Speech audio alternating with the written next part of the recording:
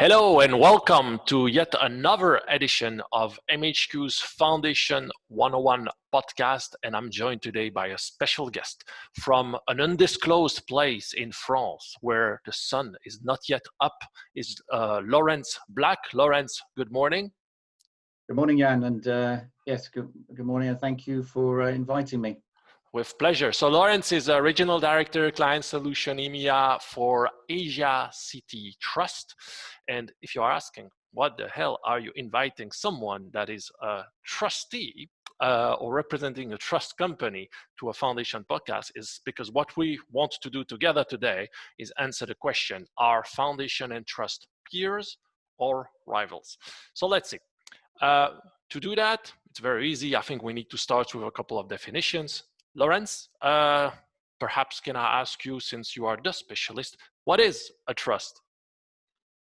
Sure. Well, thank you, Jan. And well, a trust, quite simply, is an obligation where a settlor, the owner of the assets, will transfer the legal title of those assets to a trustee to distribute and manage those assets in accordance with the terms of an agreement, in this case, a trust agreement.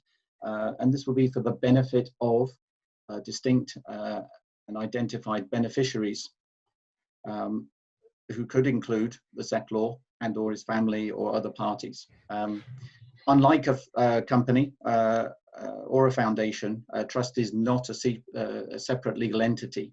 However, the prevailing trust law may provide statutory or impose statutory duties upon that trustee. Okay, so from the bat, and you already touched on some of the key differences, but also some of the similarities between trust and foundation. And as you pointed out, a foundation is slightly closer in spirit to a company, but yet with the same settling the assets onto the structure so that they are held by that structure for the benefit of designated individual beneficiaries. So yes. When is a trust or a foundation, for that matter, to be used? In what circumstances? What are the objectives we can meet with these tools?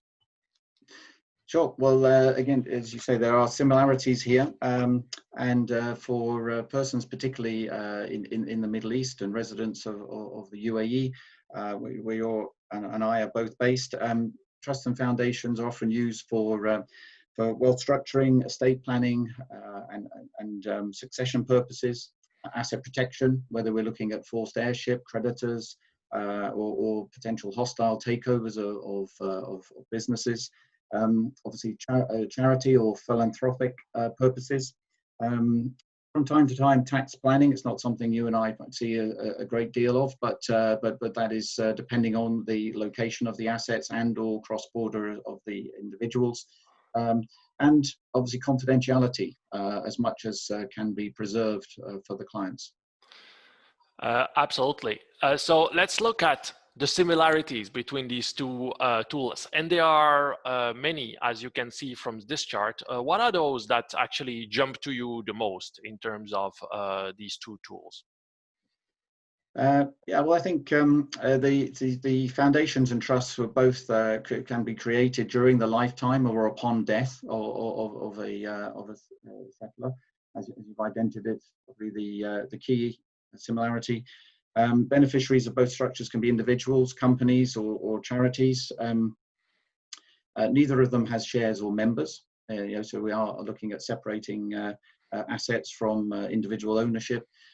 Foundations and trusts can be revocable, and they're portable. One key element for people to understand is that trusts and they can be transferred from one jurisdiction to another, where that is permissible by the laws of that jurisdiction. And that can be quite handy if the circumstances of the settlor or the beneficiary change. You want that flexibility, that ability to adapt to a new set of circumstances or new legislation, particularly a potential negative tax impact sometimes. These are the similarities, yet they are different. You touched on a couple of these before, the fact that one is registered, the foundation, the one is not, the trust. Talk to me about some of the other relevant differences between these tools. Yes, well, you have the documentation. You would have with a trust. You're looking at a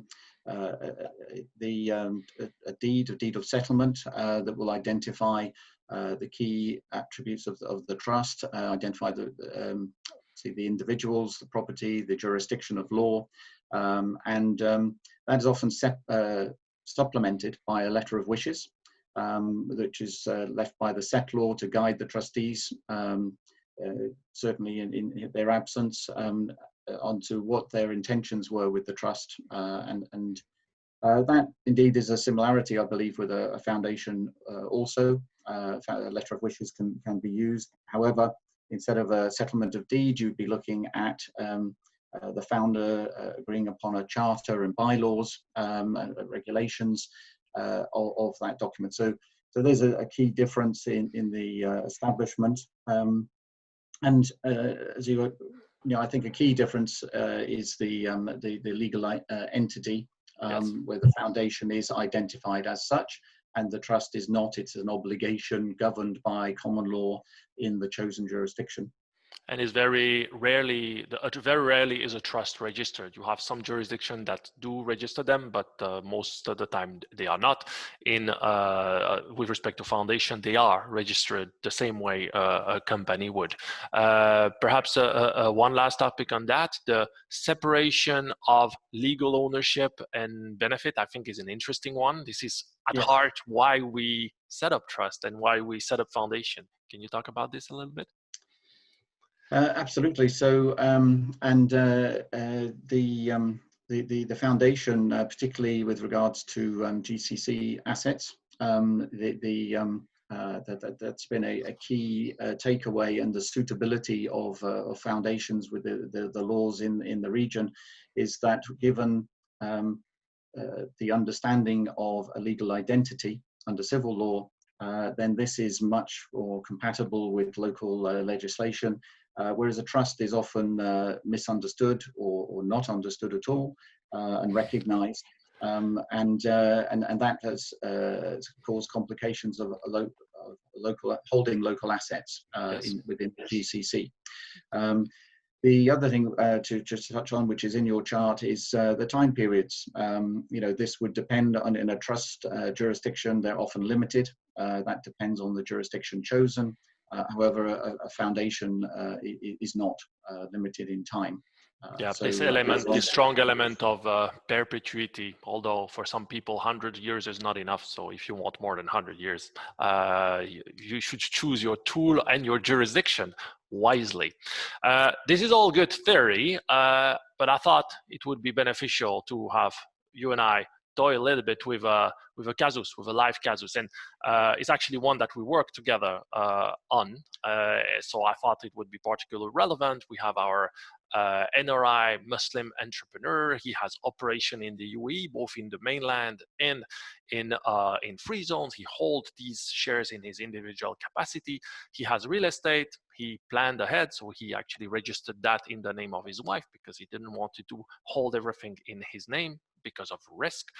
He has some liquid investment, and he has a couple of policies for his wife and himself, the beneficiaries of which are the spouses and their children. Their objective is very clear. They want to protect these assets, they want to consolidate them, and they want to implement some sort of continued investment management and strategy while having clear succession planning with respect to all these assets. So what did we do for that client? We looked at it both from UAE angle and international angle.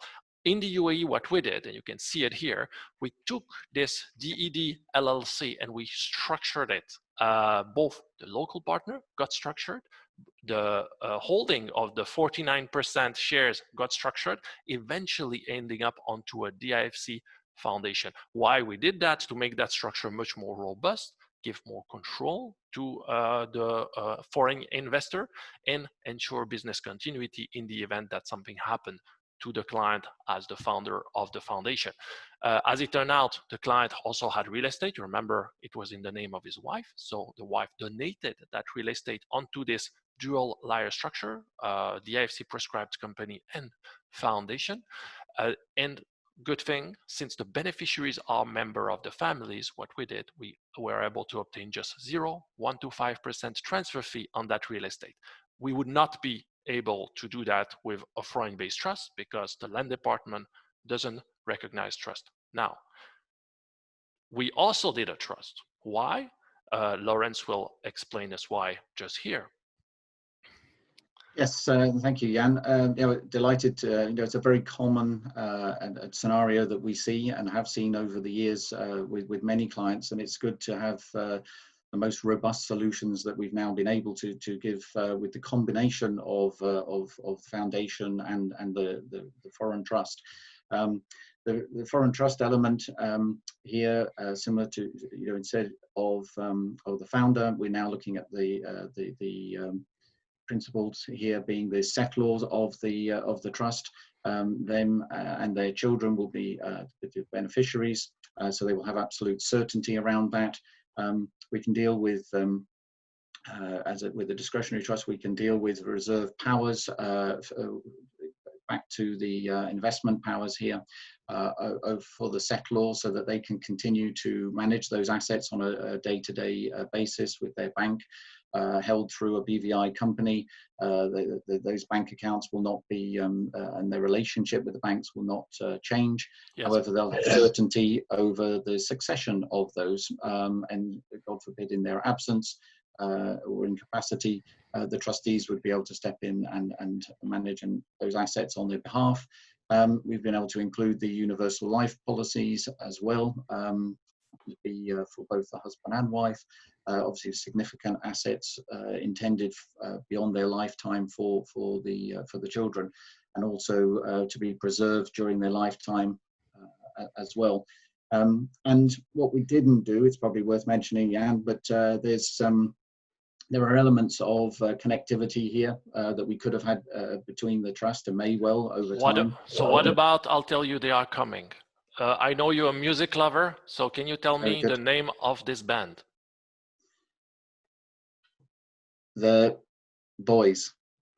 Almost. Justin Timbertrouser just in front of you. This is NSYNC, Lawrence, and that's exactly what you wanted to talk about. So both foundation and trust can work in sync, and that's what we were mentioning. It is perfectly possible if you have a trustee like Lawrence and his firm, and you have domestic assets, to actually get them involved in the management of these assets. They can be a guardian, so an overseeing power over the foundation that an entrepreneur could administrate during his lifetime alone or together with members of his families or with people like us. Similarly, a trustee could be one of the council members together with the entrepreneur.